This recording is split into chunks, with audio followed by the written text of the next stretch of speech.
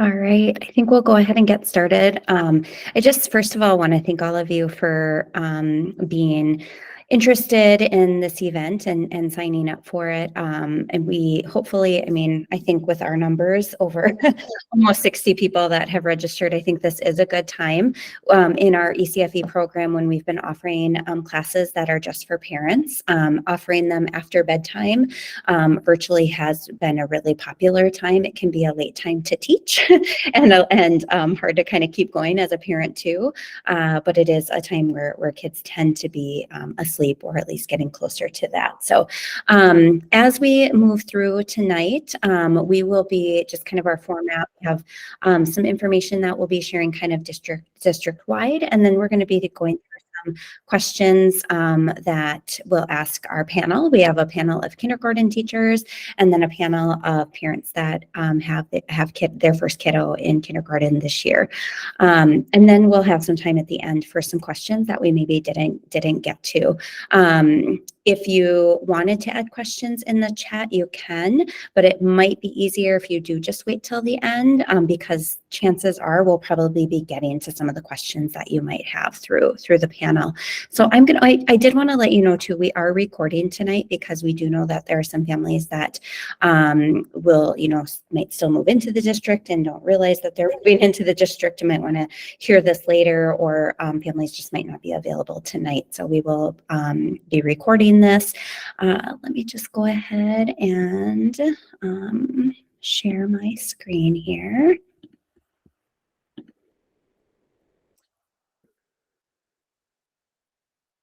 All right, and before I start this presentation, I wanted to introduce Chris Kriesel. She is a big part of our marketing department, and she's going to go through the district stuff here. That's super helpful. All right, you ready, Chris? You just tell me when you want me to move the slides. Okay, I am ready. Like Jenny said, my name is Chris Kriesel. I'm the marketing coordinator here at the district. And when I tell people my job title, a lot of them are like, marketing coordinator? Like, why does the school need that? And it's because people nowadays have choice. There's options now that weren't there before.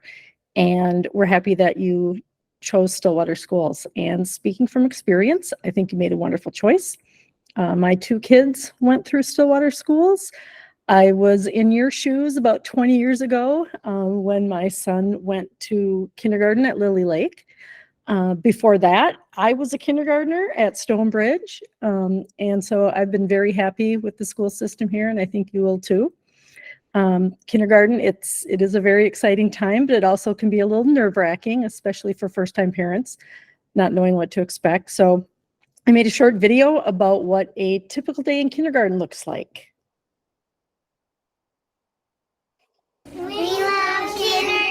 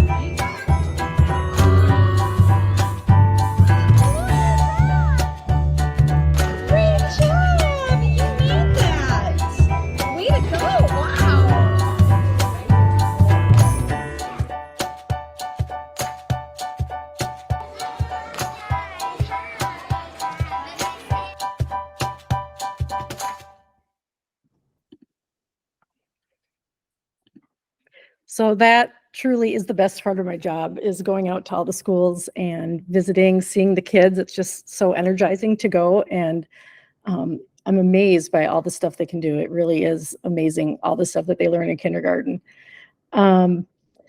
So we have a checklist here for kindergarten. This month, there might be a few tour dates left, and then coming up in January, all the schools are offering school tours where you can meet the principal and check out the building. They are listed on our website. Every school has different days. If those days and times don't work for you, you're always welcome to contact the school and they will set up a tour just for you. January 15th, that is our enrollment deadline. And we say deadline, but truly you can enroll at any time. But the reason that January 15th is important is because that gives you priority if you want to alternate enroll or try to get into the Spanish immersion program. And what alternate enrollment means is that's a school that you are not boundaried for. So let's say you live in a neighborhood and you're supposed to go to Lily Lake, but you want to go to Stonebridge. So you can alternate enroll. And that is based on availability. And you must provide your own transportation if you're going to alternate enroll. And that, along with Spanish immersion program, is done with a lottery system. And if you get those applications in by January 15th, you'll be in that lottery and you'll have the higher priority. Anything after that, you're put down into a lower tier of priority. The next thing on the list is April 25th or 26th. There's an evening and then a morning kindergarten orientation. And that's where you go to the school and with your child this time and meet the teachers. And I think we're going to talk about it a little more in depth about it. But that's a super fun time. The kids get so excited. And we pushed that back into April. We used to do it in February, and all the kids would think they were starting school the next week, and they'd be all bummed out when they found out they had to wait until the fall. So having it a little bit later in the spring helps with that. Next slide. Okay, so some things you want to make sure and do before the first day. It's important to have your early childhood screening, and you should do that right away if you haven't done it yet. And they do that at the ECFC, right by Stillwater Middle School. And it's a simple check. They check how the kids are growing, how they're developing, how they're learning. And it is required by law, and that helps us find any health or development concerns that we can help you with those. So make sure you sign up for those if you haven't done that yet. And then in addition to that, you need a school health exam from your doctor. And then while you're there, you want to make sure you get all your immunizations and they're up to date, or we also accept waivers if you don't want immunizations. And then for the first day of school, make sure you submit the immunization records along with the school health exam form to your school. And then about the first week, or the week before school, excuse me, you will do Ready, Set, Go conferences. And that's where the student comes and meets with the teacher one-on-one, and they have a little low pressure evaluation that they do to kind of see where they're at, so they can help gauge their classrooms where they're all kind of looking to start school the following week. And I think that's all I have. If you guys have any questions, you can email me. I'll be monitoring the chat as well. But thanks again for everyone being here. I'm very excited, and this is going to be a good discussion.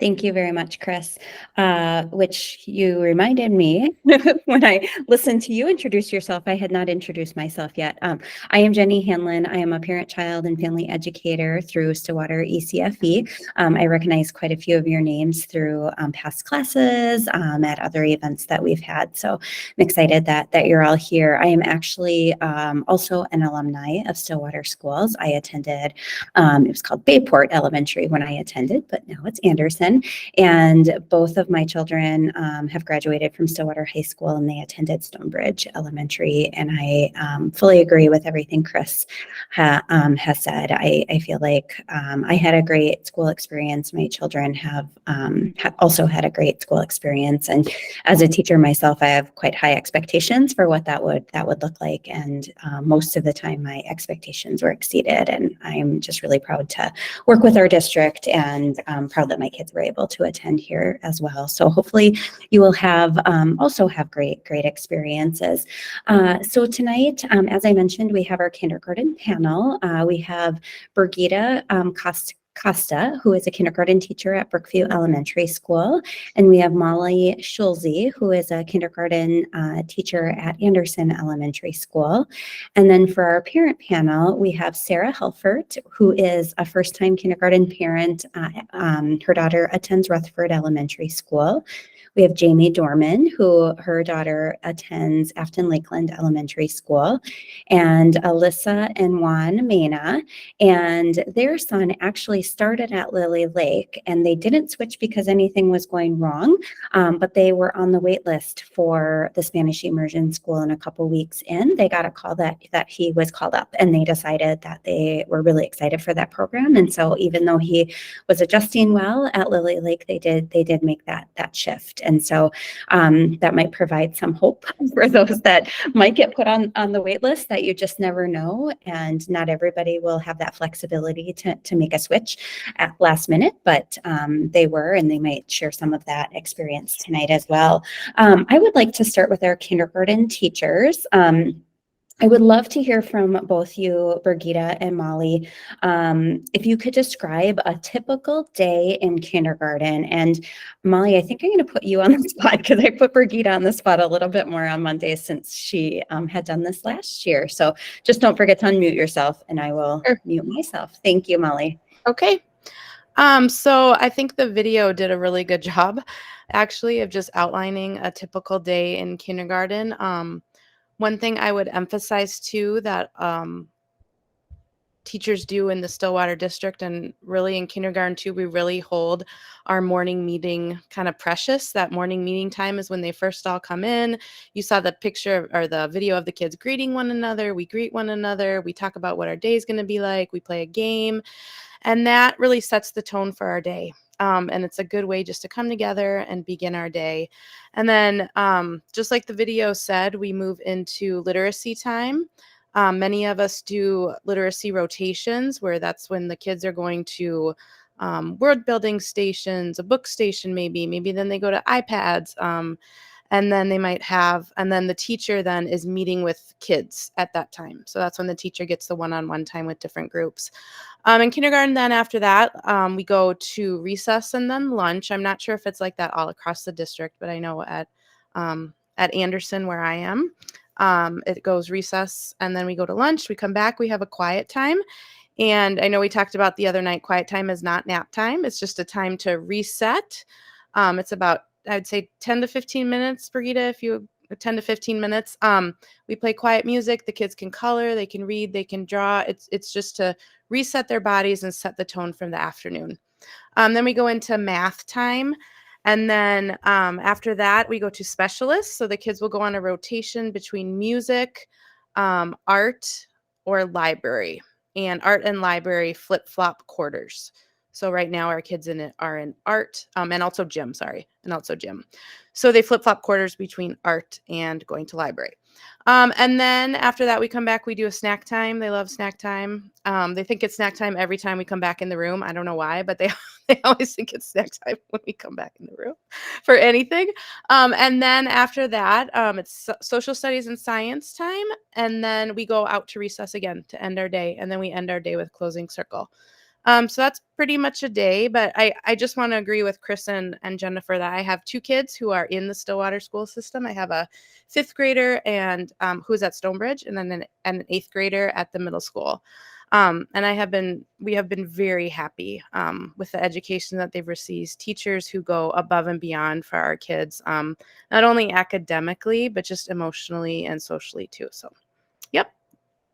Wonderful. Thank you, Molly. Birgitta, is there anything you'd like to add to that? No, not really. Except for that, some minor details might change depending on which school you're at. So, for example, our school is trying a lunch before recess approach right now, and we're going to see how that works. So it just kind of depends where you are. Wonderful. Thank you. We're going to jump over to our parent panel. I'd love to put you on the spot first, Sarah. And then after you give your answer, we'll bump over to Alyssa and Juan, and then we'll end with Jamie with the same question. So tell us a little bit about how the transition to kindergarten went for your family, Sarah. Yeah, so I think so our daughter came from in-home daycare, so she never went to preschool or anything. So that was kind of a little bit nerve-wracking for us. Socially, not academically. We were not worried academically about her. It was just more social-wise and stuff. So that was a little bit nervous, but she took that head on. She did really well with that. She transitioned pretty well. I went to this meeting last year and they were talking about how the kids will hold it all in all day and then they might melt down at when they get home because it's their safe spot. And so we were expecting that for a while, and we didn't have it for the first few months, but we are getting it now. So we are seeing it, we are feeling it. So that's been kind of a little bit, talking through some of these feelings and stuff like that. So that's kind of been a transition right now for her. So she's kind of just held off on those emotions, but now it's starting to come on out. So dealing with that, but otherwise she was excited. She did really well. She is doing well. But it's just kind of, all of it all at once and all day is a lot. So.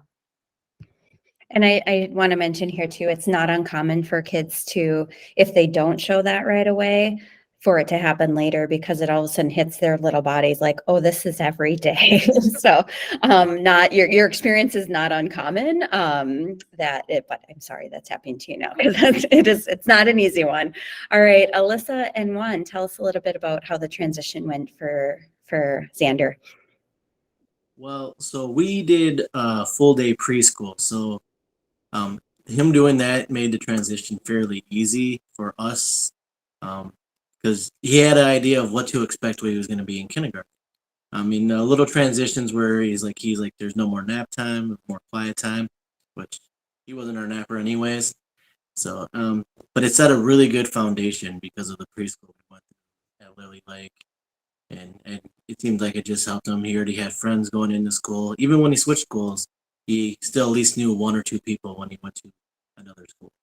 So somebody knew somebody, and I think that just helped out.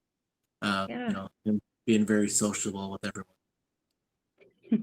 Wonderful, thank you. Anything to add, Alyssa, before we jump over to Jamie? Not yet. Okay, sounds good. How about you, Jamie? Yeah, I think my daughter just she's hit a certain point and all of a sudden was just ready for all day everything. She's been hanging on pretty well, surprisingly. But it's just it's not like, it's just energy when she comes home. Like we have to focus it somewhere. Kind of not sure if we should do, we held off on doing after school activities, but maybe we should, but then you try it and it kind of maybe that's where we kind of break down a little more is trying something after school.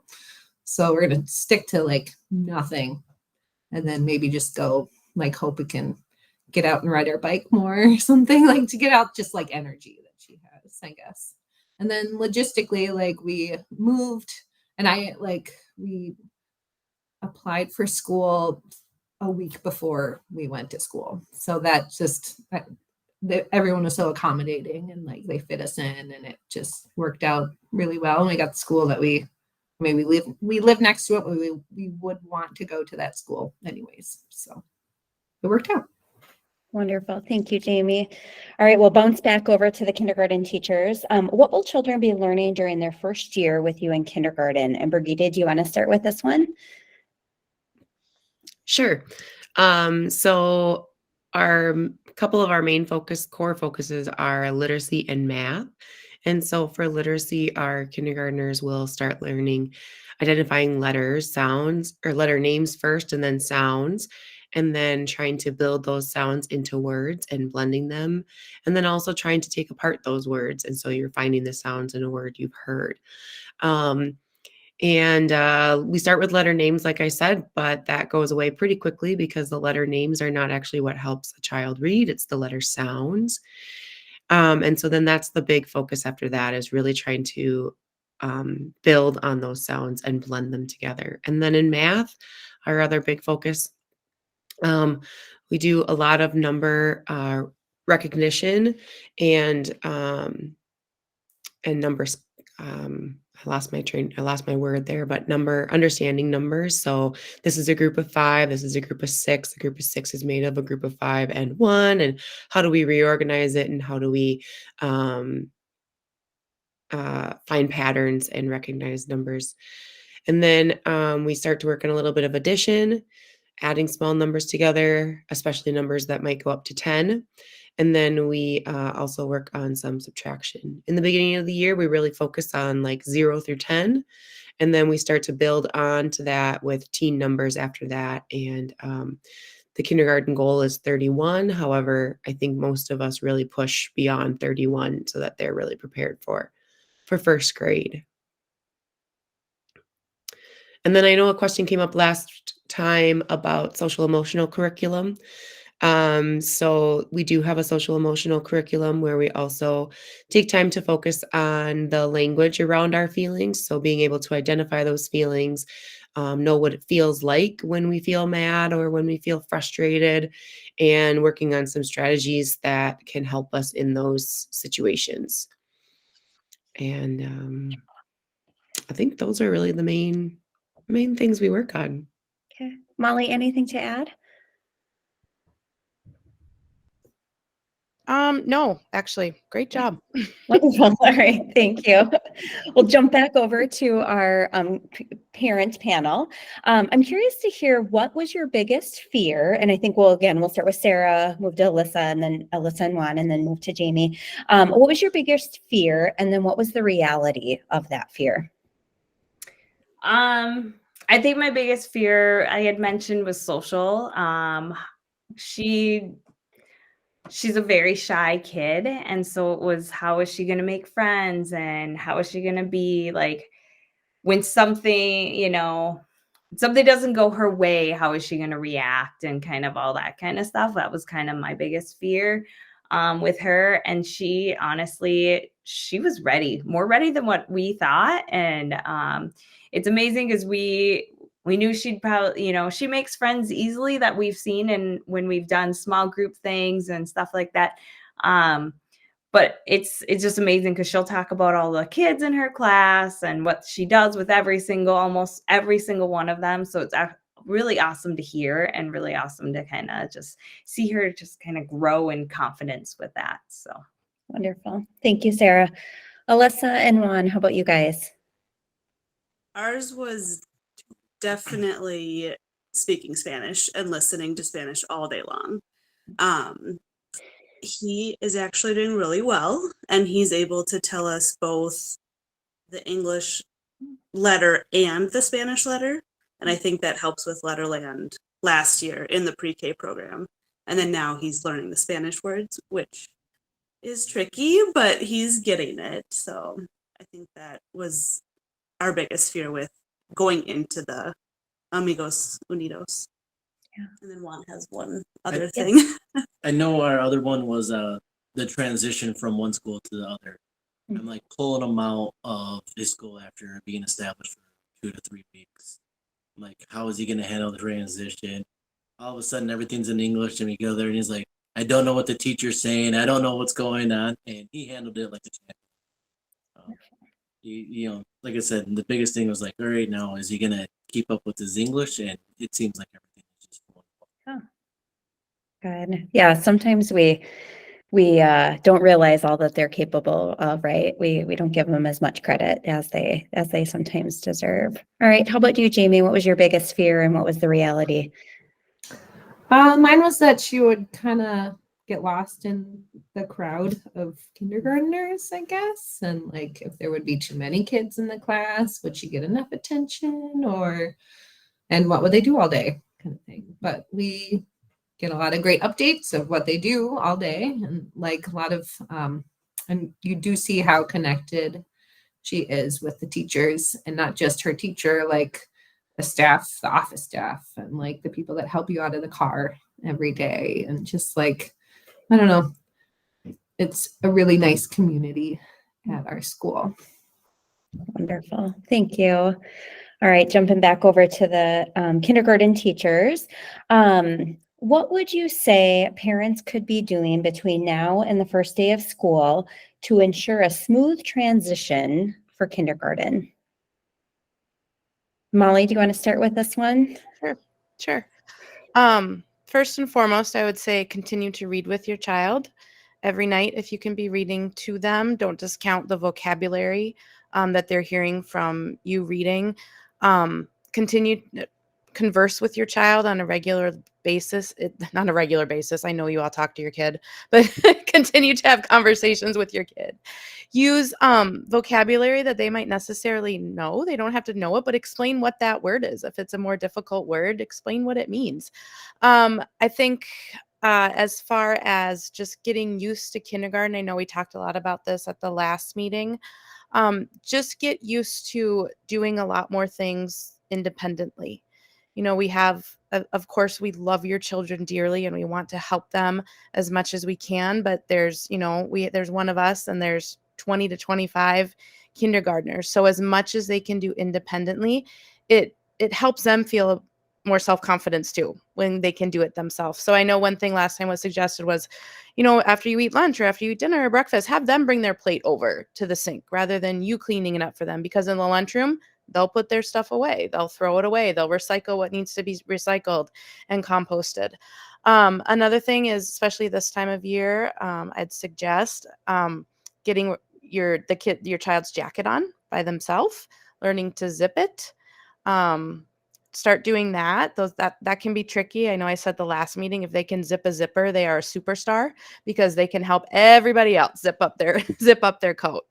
So that, and just putting on shoes. You know, I know Brigitte said last meeting, it's okay if your child needs Velcro. You know, that's totally fine if they need Velcro.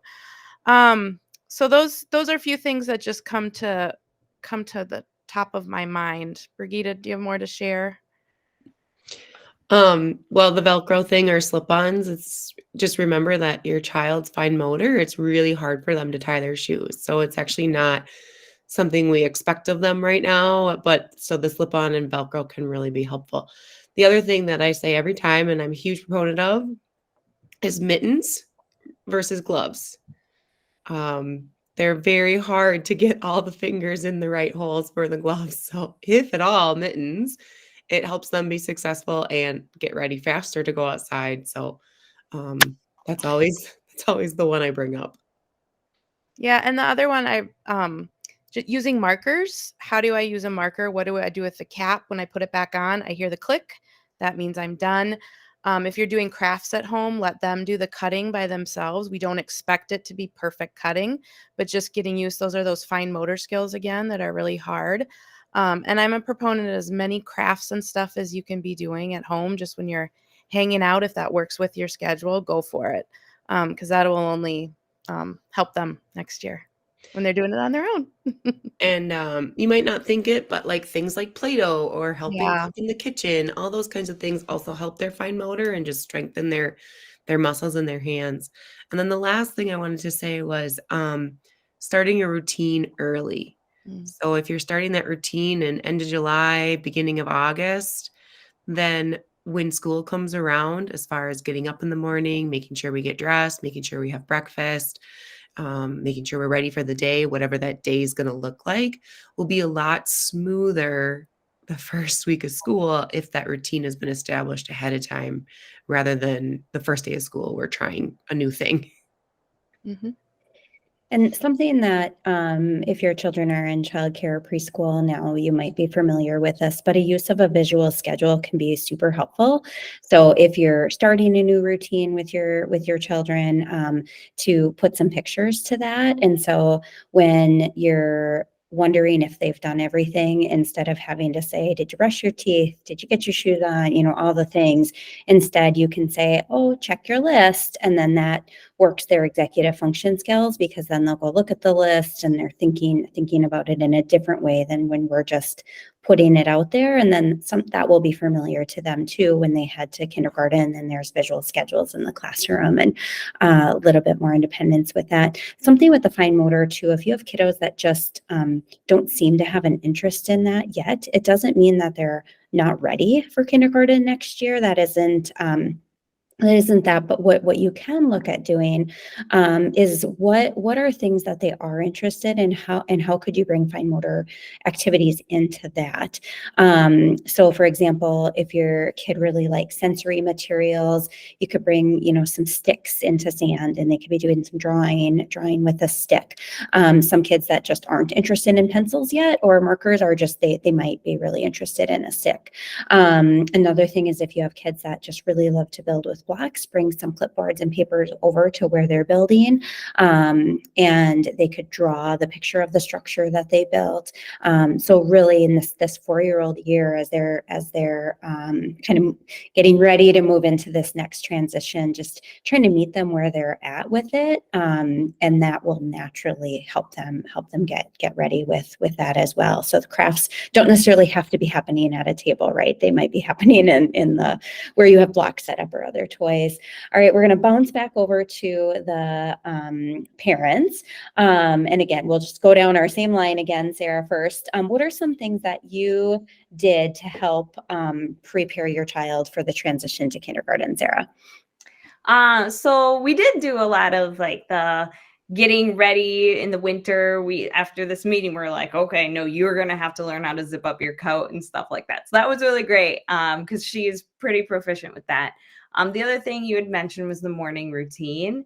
And it's just kind of first it was, how long does she need to get ready? Because then how long do I need to get her up? Because if she's not up and not taking that time, it's going to be an iffy morning. And if it's a bad morning, it's going to continue to just have kind of meltdowns and things like that. So we were just kind of establishing our routine. This is what we do.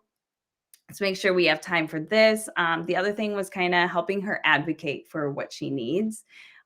Just kind of, instead of just whining or just shutting down or something, like, how do you use your words? Like, how do you say that what you need so that we can help you? So. Wonderful. Thank you. All right, Alyssa and Juan, you're up. At last year's meeting, somebody suggested using a timer for food. And I did not realize that they only got 20 minutes to eat lunch. And my son likes to chat a lot when he eats. So we actually used that tip last year and started that with him mostly over the summer to get him ready for school. And then we also started adjusting our bedtime about a month early, which I know end of summer is hard, but I think it made starting school so much easier. Thank you. How about you, Jamie? Oh, we didn't do much, but yeah, we're like, good luck. No, we practiced a lot. She loves that list, and she loves that she wrote it herself. So she goes back and it's like the little drawings that she did. She really likes to click those off and goes through a list. And I think something we talked about on Monday was that we practiced wiping because their bathroom is your deal there, so no one's there to help you. And I don't know, that's about it. Awesome. Those are really good tips. Thank you for the timer is a great idea. Bathrooming is different, right? When there's a teacher isn't necessarily going to have the ability to be able to go in and help your child wipe. And so that's a great thing to practice with them. We're going to do one more question for the parents. Can I hop on with one more thing? This is the beauty of being the second night. We remember all the things. Right. Another thing that might be good to practice that I mentioned on Monday was like practicing buttoning your pants. So when you're done going to the bathroom, you can be successful. And if that's not working for your child, then go with elastic pants or sweatpants or leggings. And then the other thing is, if you're working on snacks or lunches, make sure that they're things your child knows how to open on their own. Otherwise, they have to sit in the lunchroom and wait for somebody to come over and open it for them. Or like my kids right now, we talk about how they're a problem solver and they all have scissors. So if they have a snack, they know how to open it because they have their scissors now. So some of those things that we don't think are big deals, but they can really slow down your kid's day.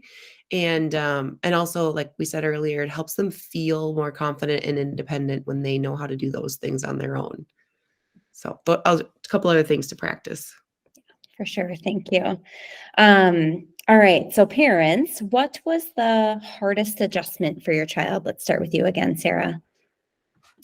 Yeah, so I don't know whether we're going through it now, but it's probably just that being stimulated all day and then being so exhausted at night. And we have 2 kids, so she's got a younger brother who just wants to annoy her. And it's just, how do you handle that? And how to, like, being able to be self-aware of, I need just my time, versus being kind of bothered or just stop questioning me. I think that was kind of that is a hard adjustment for her. Still, we're working through that and just dealing with, how do we handle those emotions? What can we say? What can we do to get our space and stuff? So. Yeah, thank you. The sibling thing is a real thing for sure. They miss their older siblings if they've been in school with them or at childcare with them, and oftentimes they haven't had the stimulation that the kindergartner has had all day, so they're ready for something, and so helping that littler one understand that as well. All right, Alyssa and Juan, how about you? What was the hardest adjustment for Xander? I think the biggest one was routines. Routines before school, routines after school, everything else. I know we have a few different routines because I work 24-hour shifts. So sometimes when I get home in the morning, the kids, I throw off their routine. I don't do it on purpose, but it just happens. I mean, we do have him have his little checklist to make sure he brushes his teeth, does all that. But when I walk in the door, when all 3 kids want to see me, it's pandemonium for like 3 minutes. I'm like, all right, let's get back on our routine. And same thing when we're picking them up, having them have a little routine to come home and just cool off. He likes doing puzzles, so he comes down and does a puzzle for 5 to 10 minutes. And that helps avoid those really big emotions that you have when, all right, we're going to this, going to this, going to this. And we held off on sports for a little bit just to make sure he got established. And now he's full go on coming home, getting ready, and doing some type of activity after he has his little break and snack. Routines. Wonderful. Thank you. Alyssa, anything to add? No. Okay. All right. How about you, Jamie? Well, I found out this week it's kind of hard to switch from hanging out with 6-year-olds all day and kind of speak differently with them, or she does, and then she comes home and is like, yeah, go noodle, and just like talking to us like we're 6 kind of thing. I don't know. It's just like kind of bringing down that energy is a little tough, especially for her brother too. And the adjustment of having to go every day. It's just like, maybe she just wants a day off, but isn't always the case. Sometimes we do as adults, right? Yeah. Want a day off in there. Yeah. All right. Last question for the kindergarten teachers for the panel, or for this moment, and then we'll have one more for the parents, and then we'll open it up to other questions. What else would you like parents to know, Birgitta and Molly? And you can both unmute and just kind of go back and forth if there's anything. I think just listening to what, things that are being said in the discussion, give yourself some grace. I think as parents, we need to give ourselves grace, knowing that this is new for all of us too, for, all new parents that you haven't gone through this before. And there's going to be a learning curve, just like, there will be a learning curve for your child starting kindergarten. But you will get through it. You will get through it, and know that your teachers are here to help you. Like I said before, we love your children dearly, and we only want the best for them. We want them to succeed, not only academically, but we want them to grow socially and emotionally in kindergarten. So that's what we're here for. So just know that your teachers are here for you.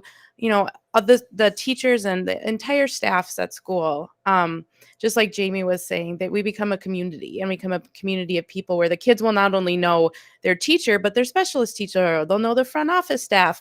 They'll know the custodians. Like my kids love custodian Dave. They're always talking to him. And at the end of the day, they're like, we have to clean up so custodian Dave doesn't have to do so much. So it just, it know that your children, that your child is loved dearly and cared for when they're at school. So you got this. Yeah, and I two things to add. The first one is that idea that your child's going to come home and have a meltdown after school. Please take that to heart, because they are holding it together all day, and then they finally hit their safe space where they can feel comfortable and they can let go of that. And I think a lot of kindergarten parents are surprised when they come to conferences to hear that teachers aren't seeing that behavior at school, because they are holding it together. And I have had parents in tears because they think something's wrong or they're doing something wrong. And so that's why I really want that message to hit home, that this is just an adjustment. It's a big adjustment, and it's going to take a long time probably, but they are doing that because you are their person in their safe place. And then the other thing that I wanted to add was just to quickly describe the events that come up between now and when you start kindergarten. So as Chris had mentioned, you can sign up for one of the tours. I think sometimes the principals ask that a couple kindergarten teachers be at the tours. That's not always the case, especially if you do end up signing up for like a private tour. If you can't make it to one of the scheduled ones, it'll very likely just be the principal taking you around to see some of the kindergarten rooms, and then all the other important spaces, communal spaces in the school. And then after that, it's the orientation in April. There's one in the evening for those who can't make the morning date time during the day. And then there's one in the morning the following Friday. And at that point, we have you and your kids come to the school that you are currently assigned to. And the principals will have a presentation for the parents. The kindergarten teachers will come in and introduce ourselves, and then we'll actually take your kids with us to one of the classrooms or a couple of the classrooms in the school. So they'll get to see that space that they might be in the next year. And then we do some activities with them, like writing their name, coloring. It helps us get a kind of a snapshot of who they are right now. And then also one of the things we look for is, how do they separate from their parents? How do they work well with others? Can they play with them? And then we bring them back to you after you've had the presentation with the principal and other important staff in the building. And I believe there's also usually a bus that you can hop on with your kid and take a little tour of the district. And that's usually the highlight for everybody, because the bus is a big deal in kindergarten. And then the other thing that follows after that would be Ready, Set, Go conferences, which is a time to bring your child in. We will meet with them one-on-one. We'll do a little assessment with them. We might play a game. They get to know us. We get to know them a little bit, so that the first day isn't quite as scary. And they'll get a little tour of our classroom, like where they might hang their backpack, where they might sit when they come in, things that would be big questions for them. But now they know it, and they can have some more confidence when they come in that first day. It's also a good time to bring in school supplies, so they don't have to carry all that themselves on the first day. I think those are the big things that we have coming up. The Ready, Set, Go conferences are phenomenal. I don't remember exactly how many years they've been going on, but you will notice when the calendar comes out that the K through 5 kiddos will start later than the middle school and high school. And it's because we have just found them to be so useful to have the Ready, Set, Go conferences in those days that the middle school and high school kids have started. Really just sets up everybody for a lot more success. And it's not to assess the kids it's really just to give the teacher information so they know where every kiddo is at, and truly wherever your kiddo is at, when they come to kindergarten, your child's teacher will be ready for them. Really the only guidelines are that they have to be 5 by September 1st. They have to have gone through kindergarten screening, and I guess just have that immunization or waiver in. So there isn't this checklist of all these other things. We will be ready for your kiddos. There's a question that's in the chat, but I want to get to the last question here for parents, or for a parent panel, and then we'll get back to that question. So starting with you, Sarah, what other advice would you offer to parents here today? I think a lot of it was said, like the routines and helping them with more independent skills with opening things, getting gear on. But I think, from Monday, I was thinking about this. I'm like, I just want you guys to know, like, I think they're more ready than what we think they are. It's your first one, and I think you're just like very hesitant. You're nervous. I think you're more nervous and more scared for them than they are, and they end up just rocking it. I like listening to everyone say what was their biggest fear for them and stuff. And we all said that, like, our kids went through it. They did it. They had no problems with it. Like, it wasn't something that ended up being a huge difficulty. They pushed through, they persevered. So I think your kid is more ready than a lot of times what you think. So Wonderful advice. Thank you, Sarah. Alyssa and Juan, how about you two? We don't really have anything to add other than the big emotions we had last year with him being in the preschool program and coming to the first time parent or this event last year was really helpful, and knowing that it's normal and just figuring out the routine after school is I'd say the best thing that you can do. Wonderful. Thank you. How about you, Jamie? Let's see. Let the kids do things more independently, I guess, throughout or from now until they go to kindergarten, I guess, and just see how they do. Because, maybe let them like decide if they want to go on the bus, or like give them a little more options, I guess, and go to every like parent event. It's so fun to meet other kindergarten parents, and they're also, looking to talk to other kindergarten parents as well. So, just go to every event that you can, and try to give your kids a little more independence. Wonderful. Thank you. So the first question in our chat, and this is, I'm going to have Brigitte or Molly answer this. A family is wondering if it's an issue or concern if a child were to take 7 to 10 days off during the school year for a family vacation. So I can answer this because it came up in my class twice this year already. It's not ideal, but it's not unheard of. But I will say you get 5 vacation days a year. So after that, you'll have to work with the administration in your building about how that's going to be documented for your child. But like I said, it's not unheard of. And I work in the most diverse school in the district, and we have a lot of families that will go home, wherever that is, for like a month at a time. So I just had a child leave for a month, and he just got back. So talk to your administrators in your building. They will be able to work with you and kind of sort out those details for you. It's not unheard of. It's not ideal, but the best way to work around that is to give your teacher plenty of advance notice, because maybe they can. It's definitely not a requirement for teachers, but maybe they can pull some things together for your child to work on during breaks of whatever vacation you're on, or give you some ideas of things you can talk about to kind of keep them still thinking about school or keep those ideas fresh in their brain. But I think it's good to know that there's that 5-day cap on vacation days. Thank you, Brigida. I didn't actually know that, but I guess that makes Yeah, I just learned that this year. So yeah, yeah.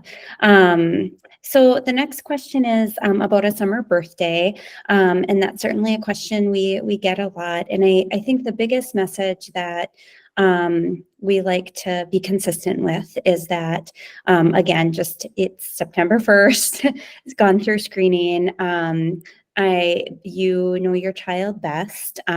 One thing that I do have concerns about if we have a lot of children that get held in wait, it can become an inequitable situation because those that could afford another year of daycare or another year of preschool might decide to wait. And those that can't will be sending either way. And I worry about what that could do would that make our achievement gap even wider?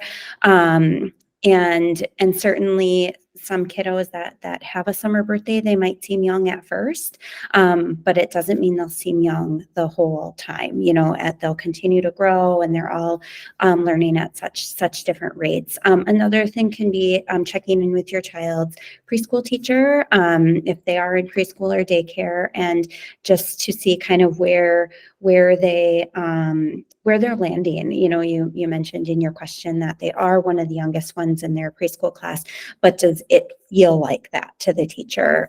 So you can really rely on them. Most preschool teachers, they're not going to give the answer for you because it is a very personal decision. But at least gathering some information from them can be helpful. The next question is, oh, sorry, go ahead, Birgitta. Sorry. that said, there's no wrong answer to that question. So if you choose to come now or if you choose to wait a year, that's completely your decision. Something that another kindergarten teacher likes to say is bowels before vowels. So that's one of the biggest things. And we already touched on it, like making sure your child can do some of those things, like take care of themselves in the bathroom and take care of opening their things at lunch and getting themselves dressed. If those things are a big struggle for your kid, those might be the things you consider working on before kindergarten. Then, as you asked, are there any considerations that you should be aware of? I would think those are some big ones. Mhm. Thank you, Birgitta. The next question is regarding the Spanish immersion, and I would love to be able to answer that, but I think that would be a better question for when you go on one of the tours at Lake Elmo, because they'll be able to answer that more specifically. But I can answer the second part of that question is, do we have accommodations for children with sensory or other needs?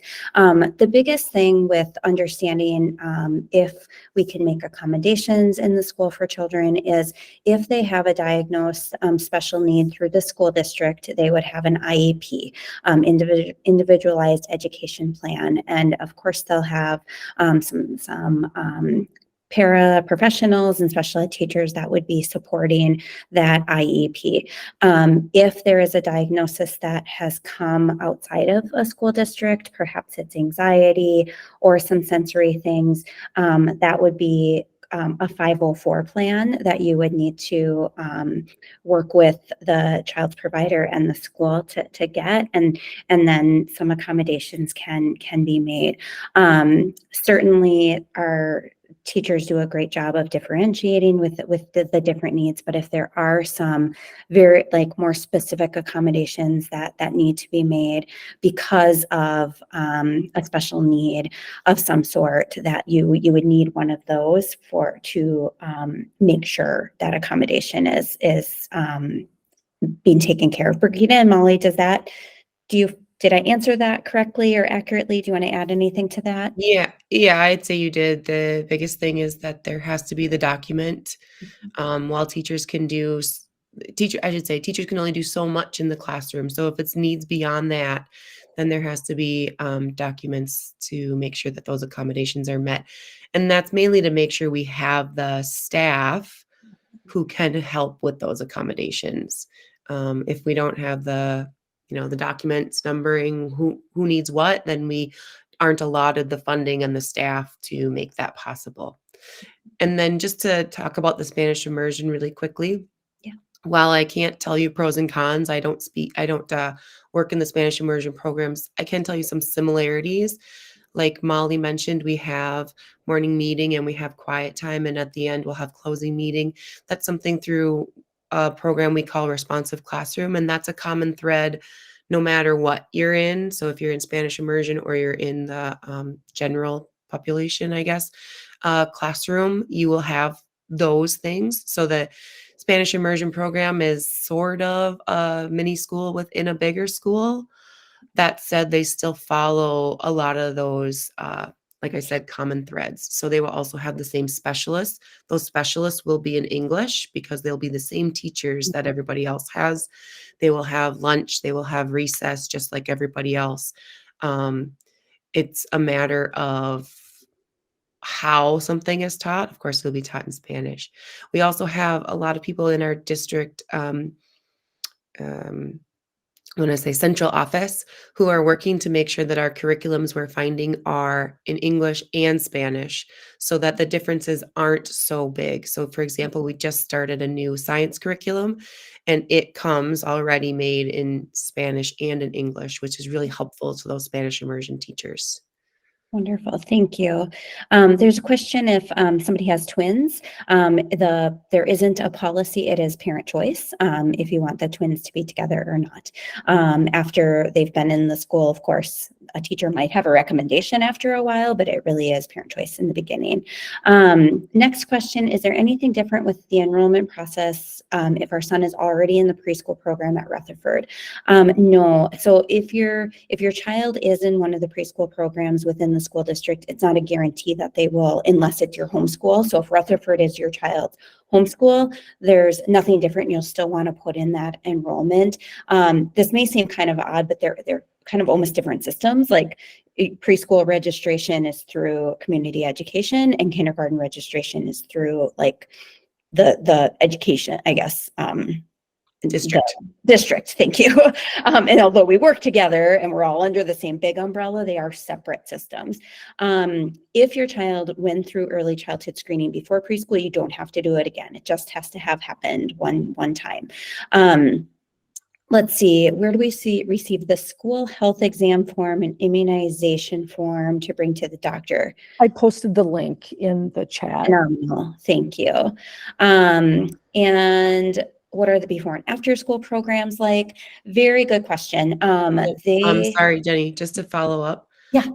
You can submit those online, you can email them, or you can physically bring them to the school. So any way that we can get them from you works for us.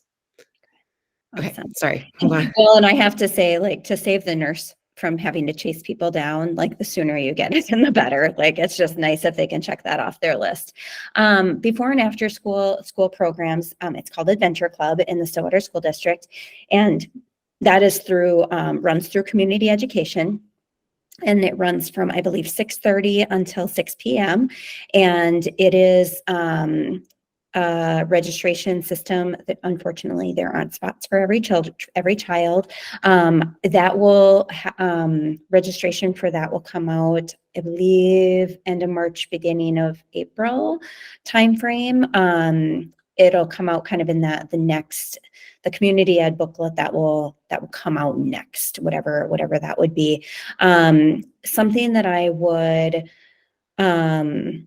let's see, kiddos attend childcare most days. I'm not sure if I'm full-time. We work full-time and our kiddos attend childcare, so their day is about 7:30 to 4:45 most days. If your childcare program is within your school, like within the boundaries of the school, they can take the bus from there and all of that, if I'm understanding that correctly. As far as Adventure Club, I guess my biggest recommendation is to certainly put in an application when that application process is open, but also try to think of backup plans. Think about who's in your neighborhood, who you might be able to kind of work together as a unit to help each other out, because there just aren't enough spots for every kid. There is not news about the proposed the news about the proposed calendar and start dates, that is pushed off a year. That vote is pushed off a year. So the start date will not be changing for this coming school year. What is still up in the air is the start times and end times of school. So that one will be voted on coming up here at, I believe, a January board meeting. Is that right, Chris, or is it February?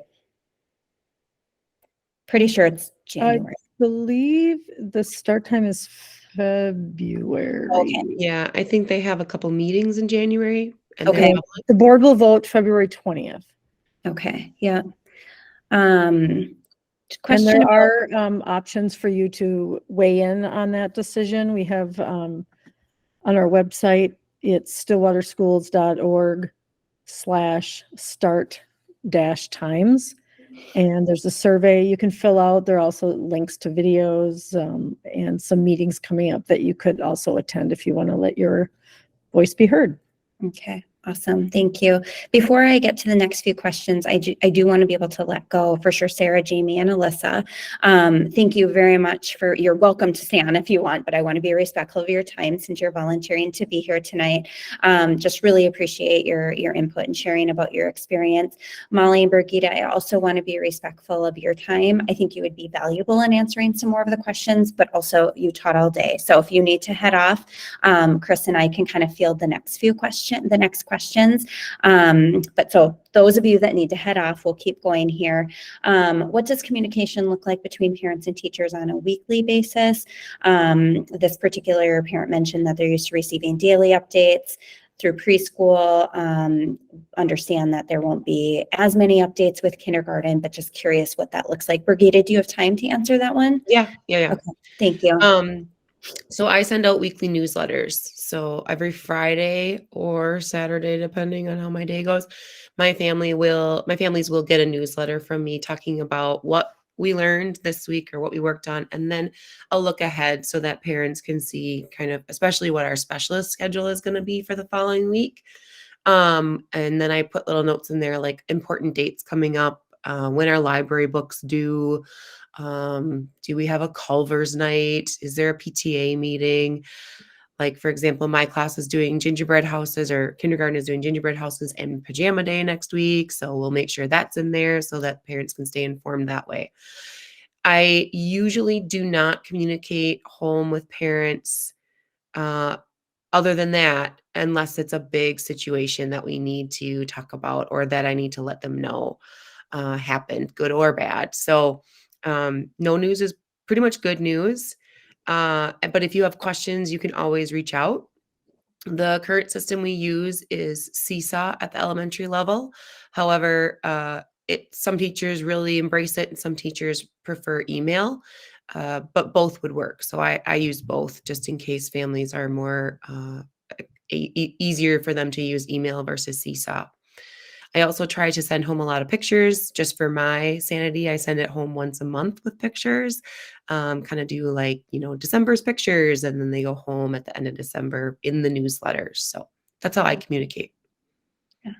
Brigitte, are you able to answer this next question too? So there's a couple questions here with children with IEPs. It will vary depending on your child's needs and the staffing and all of that. But the big question, Brigitte, is just how much time is a child with special needs in the classroom? This particular parent mentioned that their child will need a paraprofessional for most of the day. So just curious, how much would a child in that situation be in your classroom integrated with everybody else? Yeah, so kind of like you said, I can't really give like a set number of minutes that they'll be in there. Your pre-K teacher would be able to maybe answer this more. However, pre-K will not put minutes on the IEP when they enter into kindergarten. I learned that this year too. What they'll do is they'll state that a child needs a para. They'll state a recommendation of how much time that child needs, and then they'll use kindergarten as kind of the year to figure out exactly what minutes would be good, because kindergarten is structured so differently than what preschool is. They don't want to limit a child's minutes or give too much if they can really do well on their own. Depending on how your child does in the room, they will stay most of the day. So we use a least restrictive environment, meaning we would want them to be with our mainstream class for as much as they can handle. So if, for example, they can only handle being there for morning meeting, lunch, recess, and specialist, then those are the times they would come. That's a pretty, um, that's a pretty, what do I want to say, dependent student, someone who's really dependent on having adults all the time. And the other thing I'll note about this is depending on what your child is diagnosed with, they might be qualified to go to a cluster site. So our district has cluster sites. Lily Lake is the cluster site for CIP, which is communication disorders, oftentimes presenting as autism spectrum disorder. Rutherford is the Down syndrome cluster site. Lake Elmo is the medically fragile, so wheelchairs, walkers, if they need a feeding tube or anything like that, that would be it would be safer for them to go to, say, Lake Elmo. They have more people who are specially trained in that area to help those students. And then Stonebridge is the cluster site for emotional behavioral disorder, or EBD. The other schools are not cluster sites. And just because your child qualifies does not mean they have to go to that cluster site. It is just one nice thing to consider that, for example, if your child does have a communication disorder, there are people at Lily Lake who are trained specifically in that kind of realm of helping your child. And the last thing I'll note about that, let's say you live near Rutherford, but your child qualifies for the Lily Lake Cluster Site program. The district provides, it's different than open enrollment. The district provides transportation for your child to get from your home to the cluster site. That's different than open enrollment because it's something your child qualified for. It's not a parent choice necessarily.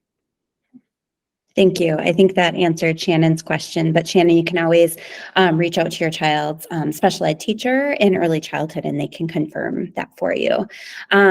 Chris, are you able to answer this question about buses? What's the distance for Yes, students? it's a half mile or more for elementary students. Okay.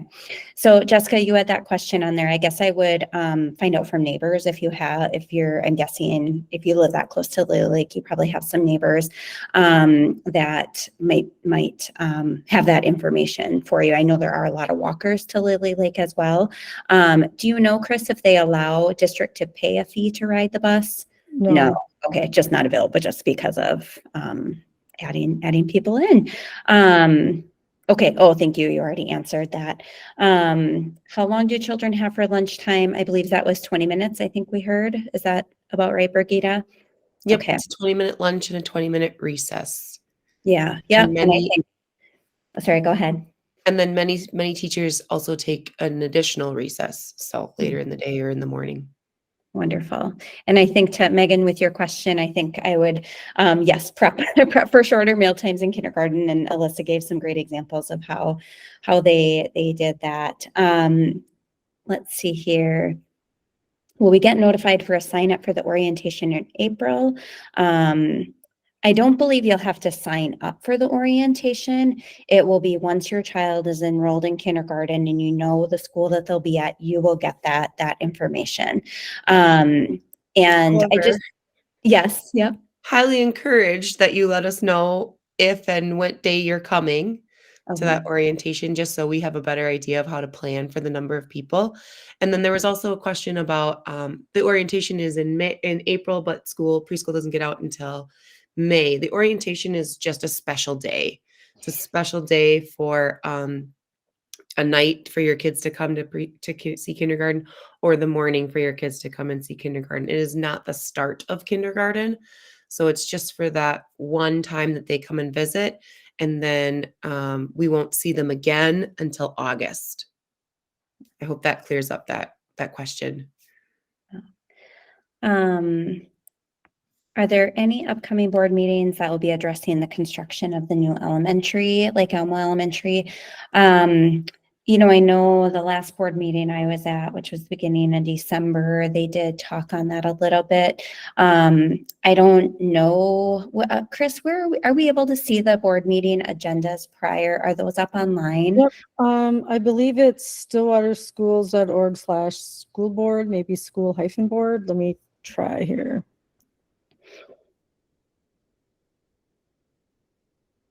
I also think the big discussion right now is the calendar, Mhm. and then probably getting back to more discussions about the new construction. Mhm. Yeah, if you didn't attend or view the first meeting in December, they did talk a little bit about that one. You should be able to look at that one online, if you're interested in more details with that. Yep, all the board meetings are posted on our YouTube channel, which is Stillwater Schools 834 is our channel name, and all the old board meetings are on there, and you can watch them live as they happen. If you want some Woohoo. excitement. Brigida, I think this will be the last question we take, but I think it's a great one. What is your opinion on the new proposed start time as a teacher? So I'll preface this with I'm a teacher with no kids in the district, and no kids that I'm also trying to find childcare for or take care of. So for me, this would not be a dramatic change. And I feel like many kids this age are kind of up already in the morning, and maybe they're up well before they come to school. And so for me, I'd kind of like to take advantage of that energy, because later in the day they do get worn out and they do get tired because they were awake so much before the start of school, and then school goes for a long day. So so for me, it wouldn't be such a drastic change. But like I said, I'm not I don't have to sit and consider childcare situations, or younger siblings or older siblings or things like that. So just, yeah, as a teacher, it's not a big concern for me. I'll take it if it happens, or I'll stick to the plan if that happens. Um, but I think Chris just wrote in there, you can read more about the start times. However, I do believe that that information is probably more directed towards secondary kids.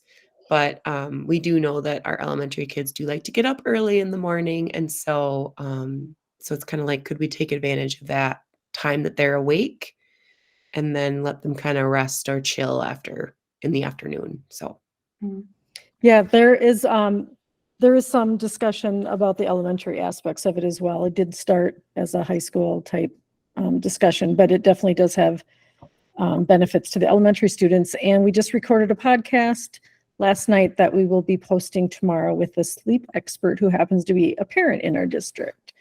So that's interesting if you want to look for that too. Okay, great. Thank you.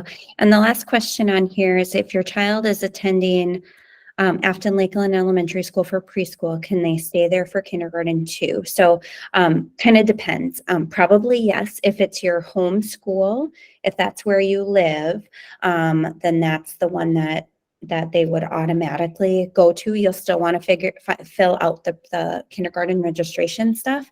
But if they're attending Afton Lakeland for preschool, but that isn't your home school, then you will put in, what was the word again, Chris? Is it open enrollment? Open enrollment to that. Alternate enrollment. Alternate, thank you. It's confusing. Open is if you don't live in the district. Yeah.